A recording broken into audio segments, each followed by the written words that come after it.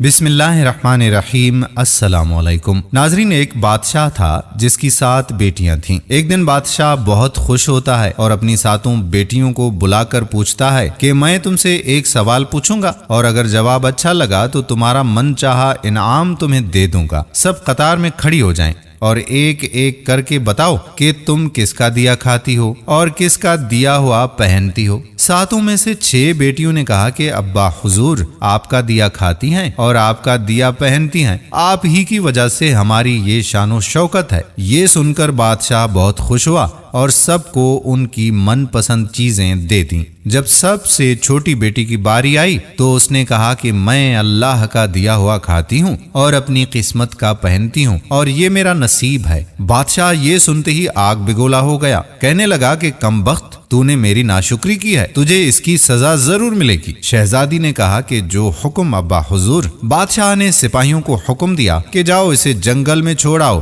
میں بھی دیکھوں کہ یہ میرے بغیر کیسے اللہ کا دیا کھاتی ہے اور اپنے نصیب کا پہنتی ہے۔ شہزادی سے تمام زیورات واپس لے لیے گئے اور خستہ حال کپڑوں میں بغیر کسی ساز و سامان کے بادشاہ کے حکم کے مطابق اسے جنگل میں تنہا چھوڑ دیا گیا۔ لیکن شہزادی بہت پرسکون اور بہت ہی مطمئن تھی اور اللہ پاک پر توکل تھی کہ جو اس نے رزق اور عیش و عشرت میرے نصیب میں لکھ دی ہے وہ مجھے ضرور ملے گی۔ سب سپاہی شہزادی کو چھوڑ کر جب واپس چلے گئے تو شہزادی جنگل کو دیکھنے لگی۔ چاروں طرف درخت ہی درخت تھے اور دوپہر سے شام ہونے والی تھی کہ شہزادی نے سوچا کہ کیوں نہ کچھ لکڑیاں جمع کر لوں تاکہ رات کو آگ جلاؤں، پھر کوئی جنگلی جانور پاس نہیں آئے گا اور رات بھی گزر جائے گی۔ شہزادی جنگل میں لکڑیاں ڈھونڈنے چل پڑی۔ چلتے چلتے اس کی نظر ایک جھونپڑی پر پڑی جہاں باہر ایک بکری بندھی ہوئی تھی اور اندر سے کھانسنے کی آواز آ رہی تھی۔ پہلے تو شہزادی بہت حیران ہوئی کہ اتنی ویران جگہ پر جھونپڑی۔ جب وہ جھونپڑی کے اندر داخل ہوئی تو کیا دیکھتی ہے کہ ایک بوڑھا ضعیف سا آدمی ایک چارپائی پر لیٹا ہوا ہے اور کھانستے کھانستے پانی پانی پکار رہا ہے۔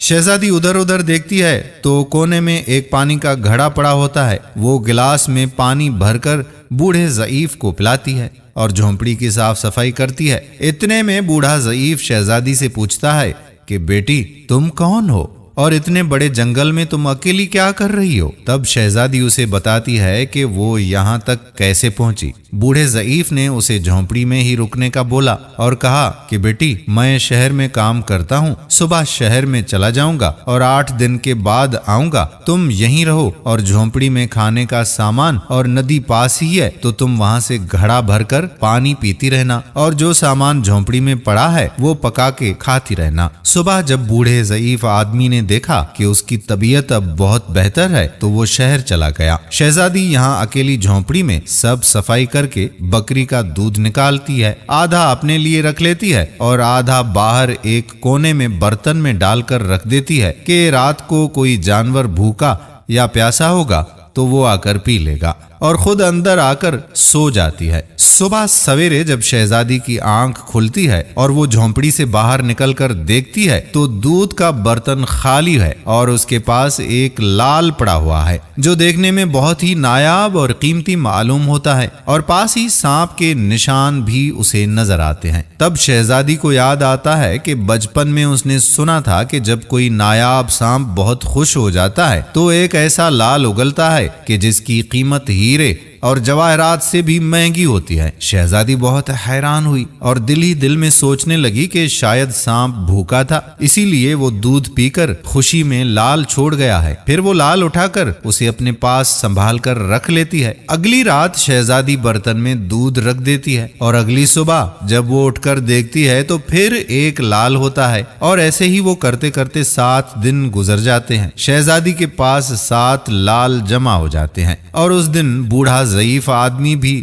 واپس شہر سے آ جاتا ہے۔ تب شہزادی اسے لال دکھاتی ہے اور سارا واقعہ بھی اسے کہہ سناتی ہے۔ بوڑھے ضعیف کو 3 لال دیتی ہے اور کہتی ہے کہ شہر جا کر یہ لال بیچ دو اور آتے وقت اپنے ساتھ محل بنانے والے مزدوروں کو لے کر آنا۔ باقی کے 4 لال شہزادی اپنے گلے میں مالا کے طور پر پہن لیتی ہے اور کچھ ہی مہینوں میں جنگل میں ایک عالی شان محل تیار ہو جاتا ہے جس میں بوڑھا ضعیف اور شہزادی رہنے لگتے ہیں۔ ایسا خوبصورت محل جس میں ہر آسائش، نوکر چاکر، دنیا کی تمام نعمتیں موجود ہوتی ہیں۔ شہزادی جنگل میں لکڑی کی فیکٹری بھی لگا دیتی ہے جس میں غریب کام کرتے ہیں اور ان کی روزی روٹی بھی چلنے لگتی ہے۔ دیکھتے ہی دیکھتے جنگل شہر نما بن جاتا ہے اور دور دور تک دھوم سی مچ جاتی ہے کہ شہزادی بہت ہی رحم دل ہے۔ یہ خبر ایسے ہی چلتے چلتے بادشاہ تک بھی پہنچتی ہے۔ بادشاہ کے دل میں اشتیاق ہوتا ہے کہ دیکھوں تو صحیح کون سے ملک کی شہزادی ہے جس کی اتنی تعریف کی جا رہی ہے۔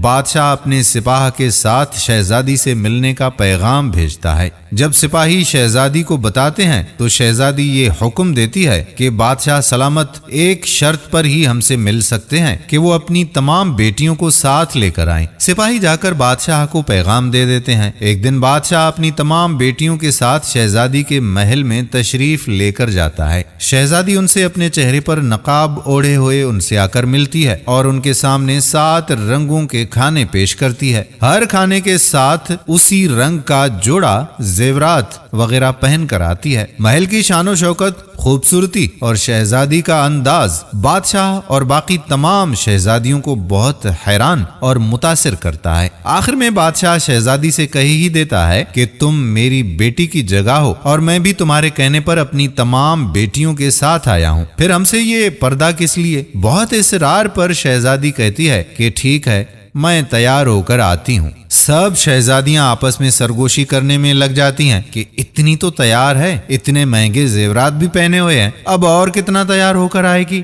اتنے میں کیا دیکھتے ہیں کہ دور سے ایک خستہ حال کپڑوں میں کوئی آ رہا ہے۔ غور کرنے پر بادشاہ کو یاد آیا کہ یہ ابھی تک زندہ ہے۔ میں تو سوچتا تھا کہ اسے جنگل کے جانور کھا گئے ہوں گے، اور جب میں نے اپنے سپاہیوں کو اس کی خبر لینے بھیجا تھا تب تو انہوں نے آ کر بتایا تھا کہ وہاں شہزادی کا کوئی نام و نشان تک موجود نہیں، تو یہ کیسے ممکن ہو سکتا ہے؟ بادشاہ خوشی سے جھوم اٹھتا ہے اور کہتا ہے کہ شہزادی کو بلاؤ، میں تمہیں شہزادی سے آزاد کروا کے لے جاؤں گا، چاہے وہ تمہاری قیمت میں میری ساری بادشاہت ہی مانگ لے۔ یہ سنتے ہی شہزادی بولتی ہے کہ نہیں ابا حضور، میں ہی وہی شہزادی ہوں، اور میں نہ کہتی تھی کہ میں اللہ کا دیا کھاتی ہوں اور اپنے نصیب کا پہنتی ہوں، بس اسی اللہ نے مجھے کہاں سے کہاں پہنچا دیا کہ آج میں آپ سے بھی زیادہ امیر ہوں۔ پھر شہزادی اپنا تمام حال بیان کرتی ہے کہ وہ اس مقام تک کیسے آئی، اور انہیں دکھاتی ہے اپنے گلے کی مالا جس میں ابھی بھی 4 لال موجود ہوتے ہیں۔ یہ بات سنتے ہی باقی تمام شہزادیاں دل میں رشک کرنے لگتی ہیں اور سوچتی ہیں کہ اے کاش ہم نے بھی تب یہی کہا ہوتا کہ اللہ کا دیا کھاتی ہیں اور اپنے نصیب کا پہنتی ہیں۔